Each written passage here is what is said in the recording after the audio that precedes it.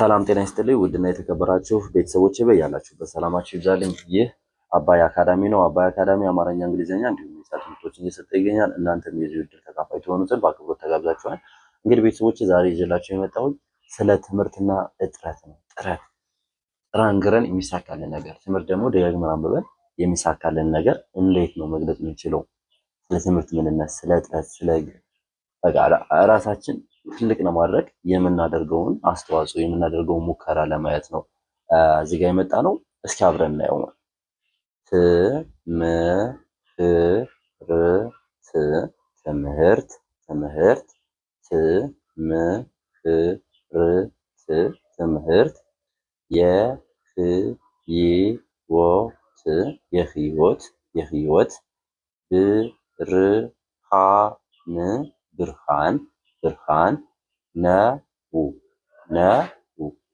ትምህርት የህይወት ብርሃን ነው። ትምህርት የህይወት ብርሃን ነው። እሺ ወደ ቀጣይ ስንሄድ ዛሬ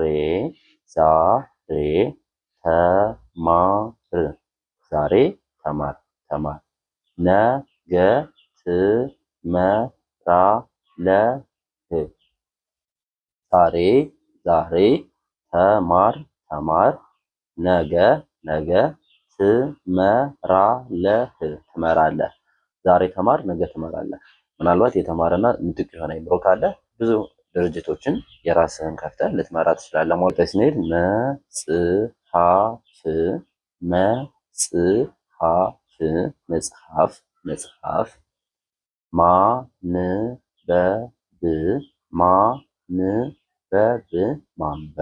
ማንበብ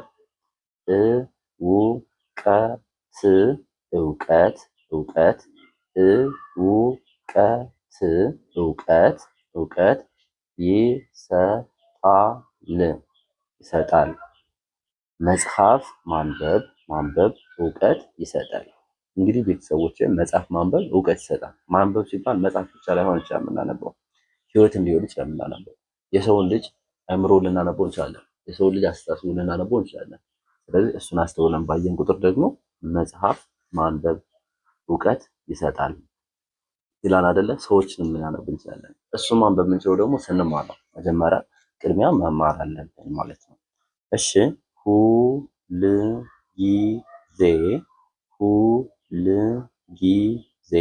ሁልጊዜ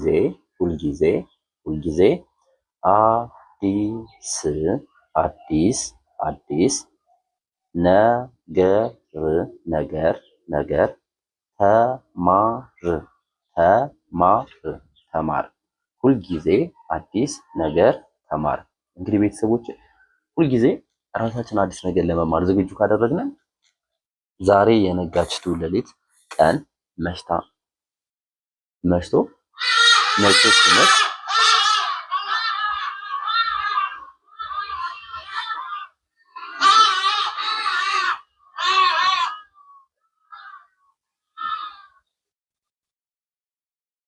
ዛሬ የነጋችዋ ቀን እስክትመሽ አዲስ ናት ለኛ። ነገ አትሆንም ወይም ትናንትና አትሆንም ማለት ነው። የዛሬ ቀን አዲስ ናት።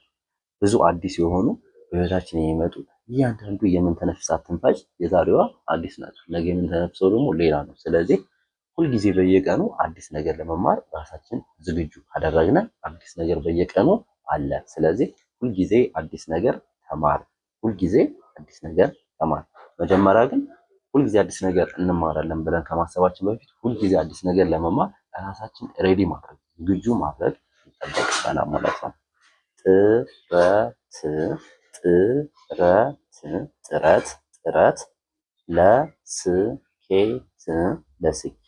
ለስኬት ያበቃል። ጥረት ለስኬት ያበቃል። እንግዲህ እንዲሳካልን ስኬታማ እንድንሆን ጥረታችን ከትንሽ መጀመር አለብን። ይህ ማለት ደግሞ ከትንሽ መጀመር ሲባል ዛሬ የተሳካ ህይወት እንዲኖረን እና ትልቅ ሰው እንድንሆን ብዙ ሊኖረን አይገባም። በቀን 500 ብር ገቢ የምናገኝ ከሆነ 50 ብር ወይም 100 ብር በቀን መቆጠብ ከቻልን 600 ብር ገቢ ሲኖረን ያቺ 500 ብርን አውቃተን ስለሆነ የቆጠብን የነበረው ከ500 በላይ ያለውን እንቆጥባለን ማለት ነው። ስለዚህ ዋነኛው ነገር ያስፈልገን ምንድነው?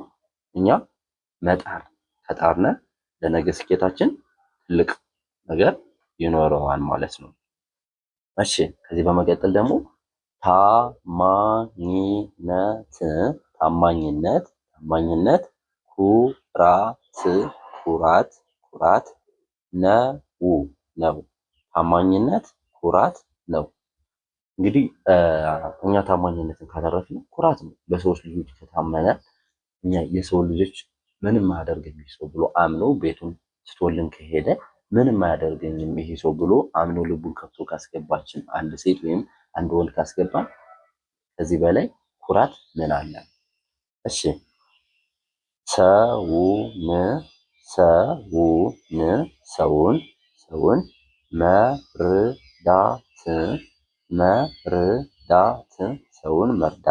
ሰውን መርዳት ደስታ ነው። ሰውን መርዳት ደስታ ነው። እንግዲህ ቤተሰቦቼ ሰውን መርዳት በጣም ትልቅ ደስታ ነው ማለት ነው። የሰው ልጅ ተቸግሮ ስናይ እኛ እናዝናለን አይደለ? ራሳችን በልተን ጠጥተን ስናድር። ነገር ግን የሰው ልጅ በልቶ ለማደር ሲከብደው እኛ ደግሞ ያን ሰው ካገዝነው በጣም ትልቅ ደስታና የህይወታችን ትልቁ ምዕራፍ ነው ብለን እንመካለን ማለት ነው። ከዚህ በመቀጠል ደግሞ ሁልጊዜ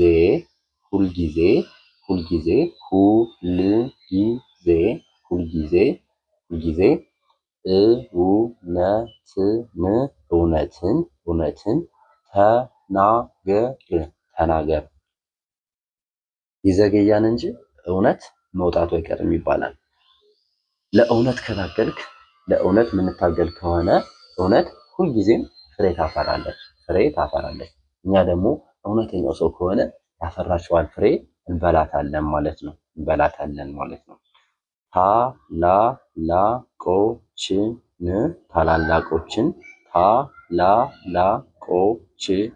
ታላላቆችን አክብር። ታላላቆችን አክብር። እኛ ታላላቆችን ብቻ ሳይሆን ታናናሾችን መክረን አክብረን ማክበር እንዴት እንደሆነ ማሳየት ግድ ይለናል ማለት ነው። ስለዚህ ኢትዮጵያዊነት በነገራችን ላይ መከባበር የድሮ አባቶቻችን ባህል ነው። ምናልባት አሁን ላይ ወጉን ባህሉን የዘመናችን የኛ ዘመን ትውልድ ትንሽ ሊያጠፋው ይችላል። ግን ታላላቆቻችን ማክበር የኛ እንደ ግዴታ ነው ማለት ነው። እንደ ግዴታ ነው።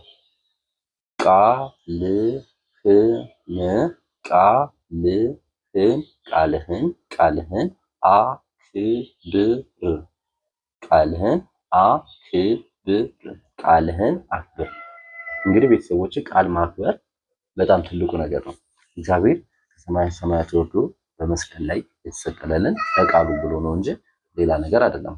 ለቃሉ ብሎና አብዝቶ ስለሚወደን ለቃሉ ብሎ ወደ ምድር መጣ፣ ለፍቅሩ ብሎ ደግሞ በመስቀል ላይ ተሰቀለ። አብዝቶ ስለሚወደን ስለሚያፈቅረን ማለት ነው። እሺ ወደ ቀጣይ ስናለፍ ይቅርታ ማድረግ ብልህነት ነው። ይቅርታ ማድረግ ብልህነት ነው። ይቅርታ ማድረግ ብልህነት ነው።